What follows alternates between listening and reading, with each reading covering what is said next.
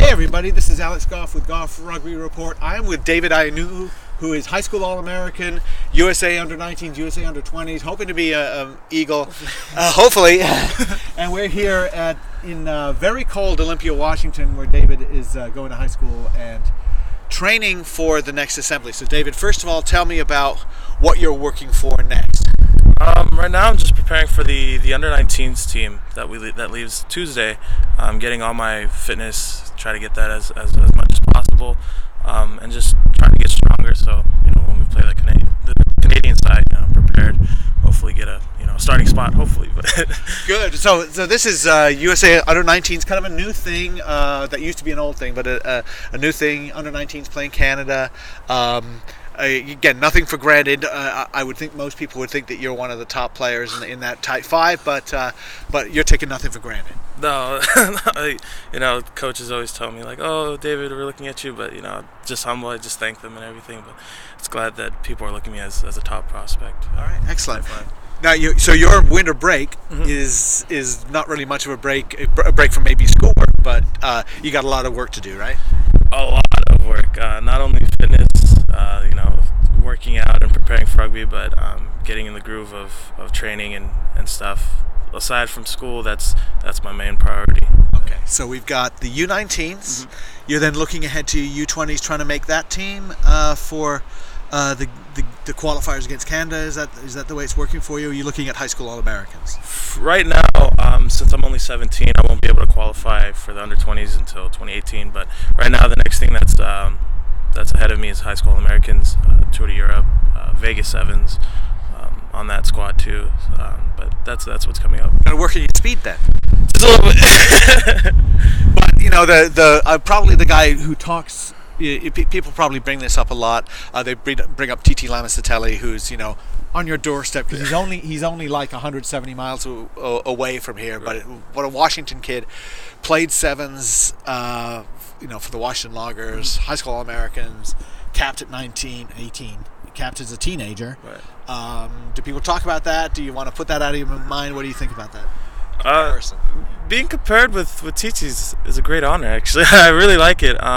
Getting to meet him at the senior assembly and getting to know him was, being almost like his little pupil. It means a lot to me, and I'm happy that he's been a role model in my rugby career. Well, let's talk about role models. Who are some of the people, or role models, or mentors? Who are some of the people who've helped you along the way? Oh, man, a lot. But right now, a coach that's been helping me with deciding whether or not to go to the senior squad was Coach Salty Thompson. I had a lot of conversations with him about going, and he's been with me, helping me prepare, always getting in contact with any kind of trainings, possible tours, things that I need to work on, and he's by far been a part of my rugby development a lot. Excellent. Now, senior team, you trained with the senior national, the Eagles, right? You're 17 years old. First of all, the thing is, if you're packing down in the scrum, you're working on adult rules rather than the limited 1.5 meter push. What was that experience like? Coach Marty never let me go into scrum, but throughout the trainings, it was different. It was scary. Just the tempo, the speed, the knowledge that each player had was incredible. Just standing on the sideline and watching, I learned more than I would just being in it. But when I did get in, it's like deer in the headlights for me. It was very different from high school and club rugby. Fast and intense, right? Way faster than I thought it would be. But it's good that they decided let's follow the rules and not put you in the scrum. I'm sure. But did you want to go in there? Yeah. Did you want to get in there? First day I didn't want to. I wanted to see how it looked, but the second day I was ready. I was waiting for Coach Marty to tell me to go in, but I never got the chance. But it's fine. All right. Okay. Well, we'll work on that again. The different rules, and at 17, you're not even 18 now. You're not an adult, and that makes an important distinction. A smart move by Marty Veal to do that. But in terms of the intensity. At a senior level, you play at the national level, the high school All-Americans, and looking at the U19s, but still, just sort of the expectation of execution. You don't drop the ball, Right. don't mess up. They tell you quickly, this is the drill we're going to run, and you got to know what you're supposed to be doing. Is that all just a little bit more at the senior level? Yeah, the expectations for the players going into drills, teamwork, they're expected to know it. You're supposed to put the work off of the field, and then when you get on, it's just doing it. And that's something that I think high school and club rugby we sort of emphasize, but not as much as senior level. Do the work off the field, so when you get on, it's as simple as doing. Not having to go through and teach it all over again when you could have just taught yourself. When you're recovering from the previous training. Now you're here at Capitol High School in Olympia, Washington, which is where they actually started a high school program here that's been very successful. But now not so many people from Capitol play. You actually play with the Liberty Patriots, partly because you had a history from when you weren't living in Olympia, or you were living further out, outskirts, which is, you play wherever you choose. But has it been difficult to get people here to appreciate what you're working toward? Very difficult. Since football here, especially at our school, is a very dominant role.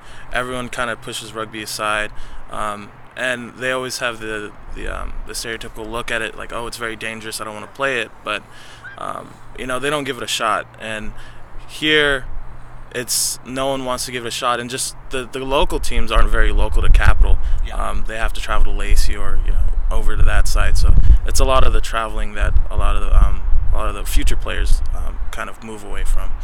So the one high school team in town, people have to travel far from where this school is to actually train. But you did get recognition, I noticed, in local newspaper for being all district football player, and they mentioned you're also an accomplished rugby player. Are you balancing, choosing between the sports? Is that something that comes up at some point in your future? Football and rugby.